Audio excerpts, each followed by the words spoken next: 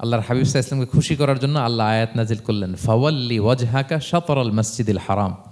নবী, হ্যাঁ, আপনাকে খুশি করার জন্য নতুন বিধান নাজিল করলাম। এখন থেকে, ফ্রম রাইট নাও, আপনি যখনই নামাজ পড়বেন এখন থেকে কাবামুখী হয়ে আপনি সালাত আদায় করবেন।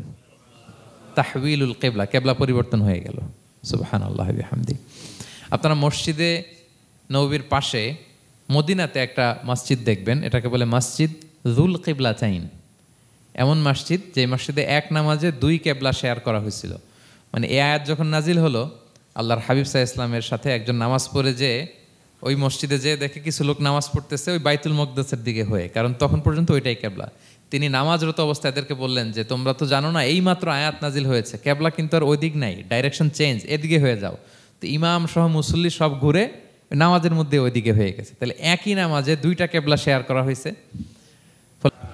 এক কদরের রাতে আবাদত করলে খায়রুম মিন আলফি শাহর, 1000 মাস আবাদত করলে যে পরিমাণ সওয়াব, অতটুকু না, খায়ের, এর চেয়ে বেশি সওয়াব আল্লাহ তাআলা আপনার উম্মতের আমলনামায় দিয়ে দিবেন। আবার আল্লাহর হাবিব সাল্লাল্লাহু আলাইহি ওয়াসাল্লাম মন ভালো হয়ে গেল। ওয়ালা সাউফা ইউতিকা রাব্বুকা, সবাই বলেন ওয়ালা সাউফা ইউতিকা রাব্বুকা ফাতারদা। নবী, হে, এত দিব, আপনি শুধু হ্যাপি হবেন, হ্যাপি। এরপরে বদরের যুদ্ধে বিজয় দান করলেন, মক্কা বিজয় দান করলেন, তাবুক যুদ্ধে বিজয় দান করলেন। সব শেষে জান্নাতে ওনার জন্য স্পেশাল একটা জায়গা থাকবে, ওই জায়গায় কেউ বসতে পারবে না। জায়গাটার নাম মাকামে মাহমুদ। ওমিনাল লাইলি ফাতাহাজ্জাদ বিহি নাফিলাতাল লাকা আসা আন ইয়াবআসাকা রাব্বুকা মাকামাম মাহমুদা। আচ্ছা, প্রথম দুটো আয়াতে দুটো শপথ গেল, এরপরে তিনটা সুসংবাদ। সুসংবাদের প্রথমটা হলো আমি ভুলিও নাই, ছাড়িও নাই, আপনার সাথে আছে। এরপর আল্লাহ বললেন ওয়ালাল আখিরাতু খায়রুল লাকা মিনাল উলা। নবী, হে, আপনার পরবর্তী সময় পূর্ববর্তী সময়ের চেয়ে ভালো হবে। নিশ্চয়ই আপনার পরবর্তী সময় পূর্ববর্তী সময়ের চেয়ে ভালো হবে। তার মানে গুড ডেইজ আর কামিং, ভালো সময় আপনার জীবনে আসছে, আপনি হতাশ হবেন না, নিরাশ হবেন না। এরপর আল্লাহ তাআলা বললেন ওয়ালা সাউফা ইউতিকা রাব্বুকা ফাতারদা। নবী, হ্যাঁ, আপনার রব আপনাকে এত দিবে আপনি খুশি হয়ে যাবেন। আপনার রব আপনাকে এত নেয়ামত দান করবে, আপনি আপনার রবের প্রতি সন্তুষ্ট হয়ে যাবেন। সুবহানাল্লাহি ওয়া বিহামদি। এবং তাই হয়েছে। যারা আপনারা সিরাত পড়েছেন, যারা আল্লাহর হাবিব সাল্লাল্লাহু আলাইহি ওয়াসাল্লামের জীবনী নিয়ে ধারণা রাখেন, তারা দেখবেন যে আল্লাহর রাসূল সাল্লাল্লাহু আলাইহি ওয়াসাল্লাম যেখানেই মনে কষ্ট পেয়েছেন, বিষণ্ণ, চিন্তিত, তখনই আল্লাহ তাআলা রাসূল সাল্লাল্লাহু আলাইহি ওয়াসাল্লামের চিন্তা দূর করে রাসূল সাল্লাল্লাহু আলাইহি ওয়াসাল্লামকে সন্তুষ্ট করেছেন। যখনই রাসূল সাল্লাল্লাহু আলাইহি ওয়াসাল্লামের মনে কষ্ট, তিনি চিন্তিত, তখনই আল্লাহ তাআলা ওনাকে হ্যাপি করেছেন। কাইন্ড অফ রাসূলকে হ্যাপি করাই আল্লাহর কাজ, আল্লাহর হাবিব সাল্লাল্লাহু আলাইহি ওয়াসাল্লামকে হ্যাপি করাই আল্লাহ তাআলার কাজ। দেখেন কিভাবে আল্লাহ তাআলা আল্লাহর হাবিব সাল্লাল্লাহু আলাইহি ওয়াসাল্লামকে হ্যাপি করেছেন, একটু খেয়াল করে দেখেন। মক্কাতে যখন খুব জটিল অবস্থা, দাওয়াতি কাজ চালিয়ে নেওয়াটা রাসূল সাল্লাল্লাহু আলাইহি ওয়াসাল্লামের জন্য কষ্ট হয়ে যাচ্ছে, নমুসলিম সাহাবাদের উপর অত্যাচার, তখন আল্লাহর হাবিব সাল্লাল্লাহু আলাইহি ওয়াসাল্লাম দেখলেন যে এই মক্কার দুজনের একজনকে আমার চাই। তাদের একজন যদি ইসলামের ছায়াতলে আসে তাহলে ইসলামের পাল্লাটা ভারী হয়। কারা? একজন হচ্ছে ওমরে ফারুক আর একজন আবু জাহাল। দুজনের একজন তখন ইসলাম ধর্ম গ্রহণ করে নাই। তো রাসূল সাল্লাল্লাহু আলাইহি ওয়াসাল্লাম কেঁদে কেঁদে আল্লাহর কাছে ফরিয়াদ জানালেন, আল্লাহুম্মা আইজ্জাল ইসলামা বি আহাব্বি হাযাইন আর রাজুলাইনি ইনদাক।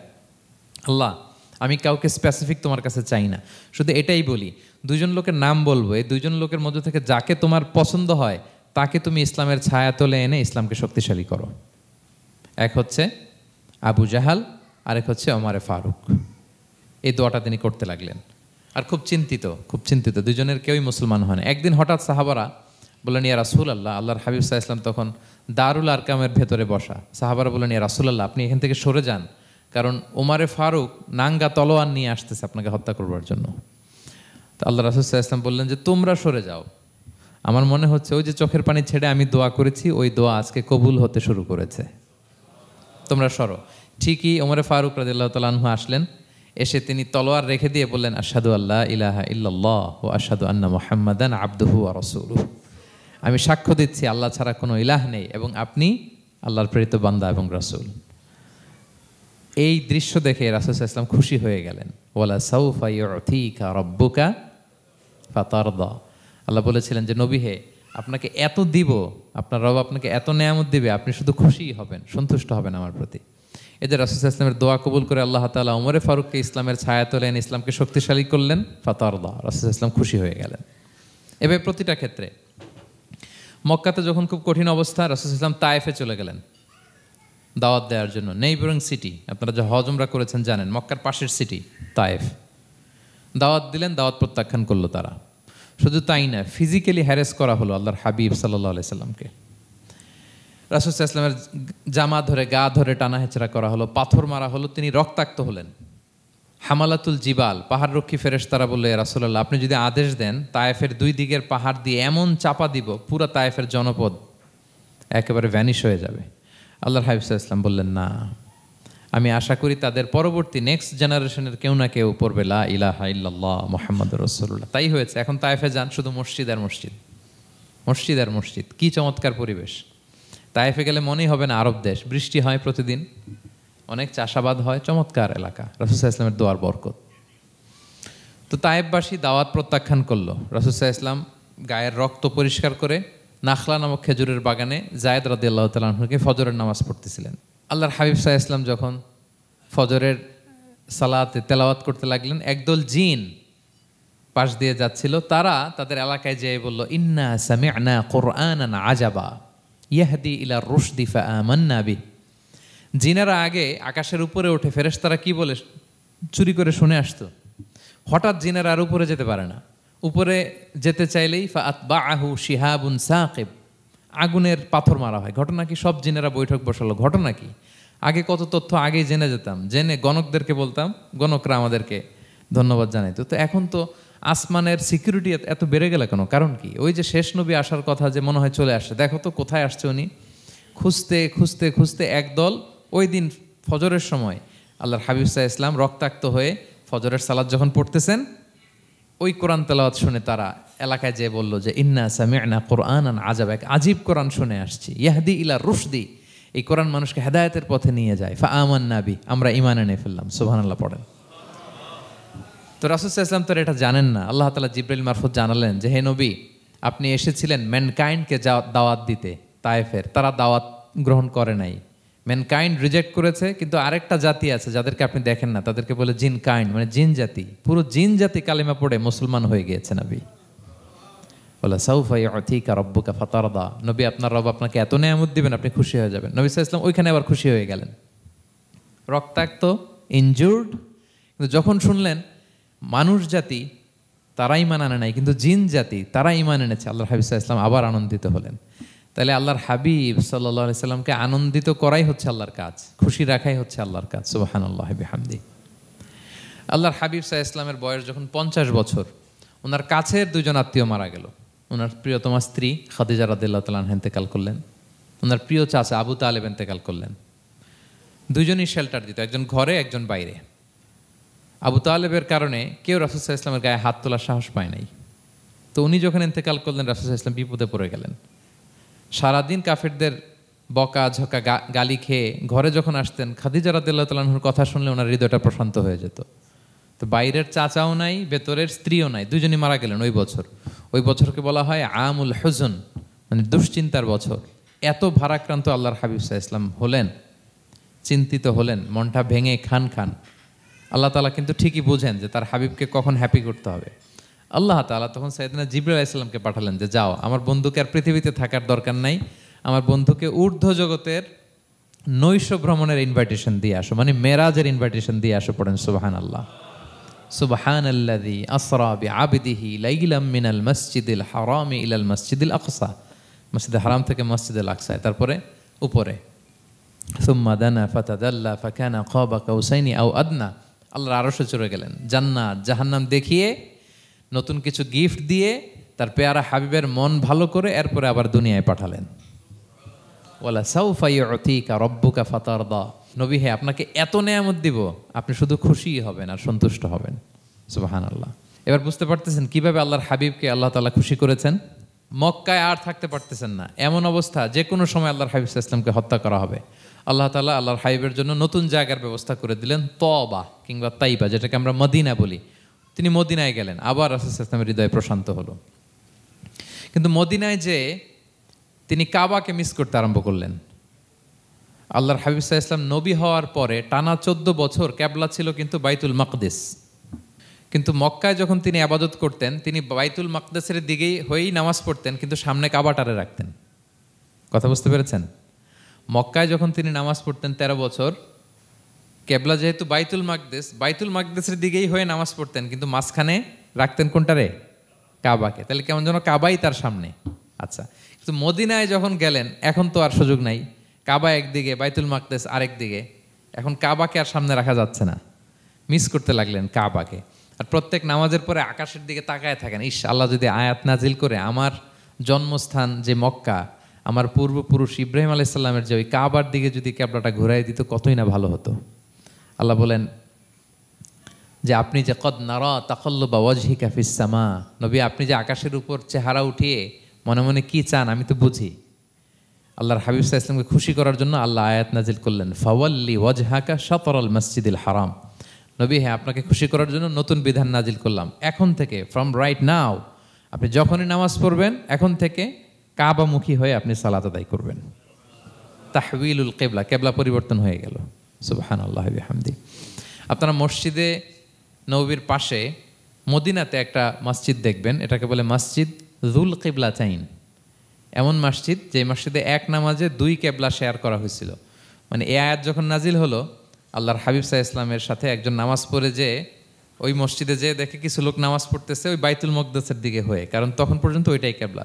তিনি নামাজরত অবস্থায় এদেরকে বললেন যে তোমরা তো জানো না এই মাত্র আয়াত নাজিল হয়েছে, কেবলা কিন্তু আর ওই দিক নাই, ডাইরেকশন চেঞ্জ, এদিকে হয়ে যাও। তো ইমাম সহ মুসল্লি সব ঘুরে নামাজের মধ্যে ওইদিকে হয়ে গেছে। তাহলে একই নামাজে 2টা কেবলা শেয়ার করা হয়েছে, ফলে তখন থেকে মসজিদের নাম হয়ে গেছে মসজিদ যুল কিবলাতাইন, 2 কেবলাওয়ালা মসজিদ। তাহলে দেখেন আল্লাহর হাবিব সাল্লাল্লাহু আলাইহি ওয়াসাল্লামকে খুশি করার জন্য আল্লাহ তাআলা কেবলা চেঞ্জ করে দিছে। সুবহানাল্লাহ বলতে পারলেন না? এভাবে যখনই আল্লাহর হাবিব সাল্লাল্লাহু আলাইহি ওয়াসাল্লাম বিষণ্ণ, চিন্তিত, মন খারাপ, ওনার মন ভালো করার দায়িত্ব নিয়েছে কে? জিবরাইল এসে শোনাতে লাগলো আগের জামানায় কেউ 500 বছর 700 বছর হায়াত পেয়েছে। বনি ইসরাইলের অনেক মুজাহিদ 1000 বছর জেহাদ করেছে। কয় হাজার বছর? জেহাদি করছে 1000 বছর। আমরা হায়াত পাই কয় বছর? আমাদের হায়াত কয় বছর অন অ্যান অ্যাভারেজ? 60-70। আল্লাহর হাবিব সাল্লাল্লাহু আলাইহি ওয়াসাল্লাম এটাই বলেছেন যে আমার উম্মতি মা বাইনা 60 ইলা 70, আমাদের গড় আয়ু 60 থেকে 70। ওয়া আকাল্লুহুম মা ইয়াজুযু যালিক, আর সামান্য অল্প সংখ্যকই মানুষ এটাকে ক্রস করতে পারে। এই কথা শুনে যে আগের উম্মত 1000 বছর জেহাদ করছে, এটা শুনে রাসূল সাল্লাল্লাহু আলাইহি ওয়াসাল্লাম আবার কাঁদতে আরম্ভ করলেন, হায় রে আমার গুনাহগার উম্মতের কি হবে? আমার উম্মত তো 60-70ই শেষ, আমার উম্মতের কি হবে? আবার চিন্তিত, আবার কান্নাকাটি। তখন আল্লাহ তাআলা নাজিল করলেন, ইন্না আনসালনাহু ফি লাইলাতিল কদর ওমা আদরাকা মা লাইলাতুল কদর লাইলাতুল কদরি খায়রুম মিন আলফি শাহর। নবী আপনি কাঁদবেন না, ওদেরকে হায়াত দিছি বেশি, কদর দেই নাই। আপনার উম্মতকে হায়াত কম দিছি, কিন্তু আপনার উম্মতের জন্য আমি লাইলাতুল কদর রেখে দিয়েছি। 1 কদরের রাতে ইবাদত করলে খায়রুম মিন আলফি শাহর, 1000 মাস ইবাদত করলে যে পরিমাণ সওয়াব অতটুকু না, খায়ের এর চেয়ে বেশি সওয়াব আল্লাহ তাআলা আপনার উম্মতের আমলনামায় দিয়ে দিবেন। আবার আল্লাহর হাবিব সাল্লাল্লাহু আলাইহি ওয়াসাল্লাম মন ভালো হয়ে গেল। ওয়ালা সাউফা ইউতিকা রাব্বুকা, সবাই বলেন ওয়ালা সাউফা ইউতিকা রাব্বুকা ফাতারদা। নবী হে এত দিব, আপনি শুধু হ্যাপি হবেন, হ্যাপি। এরপরে বদরের যুদ্ধে বিজয় দান করলেন, মক্কা বিজয় দান করলেন, তাবুক যুদ্ধে বিজয় দান করলেন। সব শেষে জান্নাতে ওনার জন্য স্পেশাল একটা জায়গা থাকবে, ওই জায়গায় কেউ বসতে পারবে না। জায়গাটার নাম মাকামে মাহমুদ। ওয়া মিনাল লাইলি ফাতাহাজ্জাদ বিহি নাফিলাতাল লাকা আসা আন ইয়াবআসাকা রাব্বুকা মাকামাম মাহমুদা। ওই মাকামে মাহমুদের সিংহাসনে আল্লাহর হাবিব সাল্লাল্লাহু আলাইহি ওয়াসাল্লাম বসবেন, ওনার জন্য স্পেশাল খাস, কেউ এখানে বসতে পারবে না। তার মানে হ্যাপি শুধু দুনিয়াতেই করবে না আল্লাহ তাআলা, আল্লাহর হাবিবকে আখিরাতেও করবে। আল্লাহর হাবিব সাল্লাল্লাহু আলাইহি ওয়াসাল্লামকে কাউসার দেয়া হবে, ইন্না আতাইনা কাল কাউসার। হে নবী আপনাকে কাউসার দিয়েছি, এমন হাউজে কাউসার যে হাউজে কাউসারের সামনে পান পেয়ালা, যেটা দিয়ে পানি নিয়ে আপনি উম্মতকে খাওয়াবেন, এটার সংখ্যা আকাশের তারা যত বেশি তার চেয়েও বেশি। হাউজে কাউসারের পানি এটা দুধের চেয়েও সাদা, বরফের চেয়েও ঠান্ডা, মধুর চেয়েও মিষ্টি। 1 ঢোক যে খাবে চিরকালের জন্য তার গলা থেকে তৃষ্ণা মিটে যাবে। He will never ever be thirsty again. একবার খাইছে তো শেষ। পেতে চান সেটা আল্লাহর হাবিবের কাছ থেকে? আমরা পেতে চাই কি চাই না বলেন? ইন্না আতাইনাকাল কাউসার। নবী আপনাকে আমি কাউসার দিয়েছি। সব শেষে আল্লাহর হাবিব সাল্লাল্লাহু আলাইহি ওয়াসাল্লাম সুপারিশ করার অনুমতি পাবেন, যেদিন কেউ সুপারিশ করতে পারবে না। সবাই বলবে নফসি নফসি নফসি নফসি, থার থার করে কাঁপবে এক একজন নবী। ইব্রাহিম আলাইহিসসালাম, ঈসা আলাইহিসসালাম, মুসা আলাইহিসসালাম থারথার করে কাঁপবে। আর আল্লাহর হাবিব সাল্লাল্লাহু আলাইহি ওয়াসাল্লাম ওই মাকামে মাহমুদে সিংহাসন ফেলে দিয়ে সেজদায় শুধু কাঁদতে থাকবে, আর সেজদার মধ্যে বলবে উম্মতি উম্মতি উম্মতি উম্মতি। হে আল্লাহ, আপনি আমার গুনাহগার উম্মতকে বাঁচান। আল্লাহ, আপনি আমার গুনাহগার উম্মতকে বাঁচান। আল্লাহ, আপনি আমার গুনাহগার উম্মতকে বাঁচান। আল্লাহ তাআলা এটা সহ্য করতে না পেরে জিবরাইল আলাইহিস সালামকে বলবেন যে ওয়াসআলহু মা ইউবকিক, জিবরাইল যাও জিজ্ঞেস করো তো আমার বন্ধু এত কাঁদে কেন, কি চায় জিজ্ঞেস করো। তো আল্লাহর হাবিব সাল্লাল্লাহু আলাইহি ওয়াসাল্লাম বলবেন আল্লাহুম্মা উম্মতি উম্মতি, আল্লাহ আমার উম্মতকে বাঁচান, আমার গুনাহগার উম্মতকে বাঁচান। আল্লাহ তাআলা এবার জিবরাইল মারফত বলবেন যে ইযহাব ইলা মুহাম্মদ সাল্লাল্লাহু আলাইহি ওয়াসাল্লাম, যাও মুহাম্মদের কাছে যাও, ওয়াকুল লাহু, তাকে বলো দুনিয়াতে যেমনি কখনো কষ্ট পেতে দেই নাই, বারবার তাকে হ্যাপি করেছি, খুশি করেছি। ওয়া ইন্না সানুরদিকা ফি উম্মাতিকা ওয়ালা নাসুউক, আজকের এই কঠিন দিনেও আমার হাবিবকে আমি কষ্ট দিব না, তার উম্মতের ব্যাপারেও তাকে আমি খুশি করে দেব। তার গুনাহগার উম্মতের ব্যাপারেও আজকে মুহাম্মদ সাল্লাল্লাহু আলাইহি ওয়াসাল্লামকে আমি খুশি করে দেব। আল্লাহর হাবিব সাল্লাল্লাহু আলাইহি ওয়াসাল্লাম তখন সুপারিশ শুরু করবেন। আল্লাহু আকবার, আল্লাহু আকবার। ওয়ালা সাউফা ইউতিকা রাব্বুকা ফাতারদা, নবী হে আপনাকে এত নেয়ামত দিব আপনি নিয়ে কুলাতে পারবেন না। সব শেষে এই গুনাহগার উম্মতকে সুপারিশ করে জাহান্নাম থেকে নাম কাটিয়ে সবাইকে নিয়ে তিনি একটা ফ্ল্যাগ হাতে নিয়ে তিনি জান্নাতের দিকে ছুটবেন। ওই ফ্ল্যাগের মধ্যে লেখা থাকবে আলহামদু। কি লেখা থাকবে? মানে প্রশংসা, প্রশংসার পতাকা। নিজেও তো প্রশংসিত। মুহাম্মদ মানে কি জানেন? মুহাম্মদ মানে কি? প্রশংসিত। এই কারণে মুহাম্মদ সাল্লাল্লাহু আলাইহি ওয়াসাল্লামকে মক্কার লোকেরা গালি দিয়েও শান্তি পেত না। মানে যদি বলি এই প্রশংসিত লোকটা খারাপ, কথাটা হইল? প্রথমে আগে বলা লাগে কি? প্রশংসিত। মুহাম্মদ মানে কি? তো এই জন্য মক্কার লোকেরা রাসূল সাল্লাল্লাহু আলাইহি ওয়াসাল্লামকে মুহাম্মদ না বলে ডাকতো মুদাম্মাম, মানে নিন্দিত। তো মুদাম্মাম তো রাসূলের নাম না, রাসূল সাল্লাল্লাহু আলাইহি ওয়াসাল্লামের নাম কি? মুহাম্মদ, প্রশংসিত। এই জন্য গালি দিয়েও তারা মজা করতে পারতো না, সুবিধা করতে পারতো না। গালি দিলেও আগে প্রশংসা করে নেওয়া লাগতো। প্রথমে বলতো মুহাম্মদ পাগল, এরকম বলতো নাউযুবিল্লাহ, তার মানে প্রশংসিত লোকটা পাগল। হইলো? এটা গালি হয়েছে? ঘুরে ফিরে তো প্রশংসাই হয়ে গেল। তো আল্লাহর হাবিব সাল্লাল্লাহু আলাইহি ওয়াসাল্লাম লিওয়াউল হামদ, প্রশংসার ফ্ল্যাগ নিয়ে বিশাল উম্মতকে নিয়ে জান্নাতে অভিমুখে যাবেন এবং জান্নাতের দরজায় হি উইল বি দা প্রথম নক করবেন উনি। তখন জান্নাতের রক্ষী ফেরেশতা বলবে মান আনতা, কে? আল্লাহর হাবিব সাল্লাল্লাহু আলাইহি ওয়াসাল্লাম বলবেন আনা মুহাম্মদ, আমি মুহাম্মদ। তো ফেরেশতা বলবে আমরা দাঁড়ায় আছি এজন্য আল্লাহ বলে দিয়েছেন মুহাম্মাদের আগে কাউকে যেন এন্ট্রি দেয়া না হয়। আপনার আগে যেন কারো জন্য জান্নাতের দরজা না খুলি, স্পেশাল উপর থেকে অর্ডার আছে। আপনি যেহেতু নক করেছেন, ওয়েলকাম, আসেন। পুরো উম্মাহ নিয়ে আল্লাহর হাবিব সাল্লাল্লাহু আলাইহি ওয়াসাল্লাম জান্নাতে ঢুকবেন। ওয়ালা সাউফা ইউতিকা রাব্বুকা ফাতারদা, নবী হে আপনাকে অচিরেই এত নেয়ামত দিব আপনি সন্তুষ্ট হয়ে যাবেন। প্রথম দুইটা শপথ গেল, এরপর তিনটা সুসংবাদ গেল।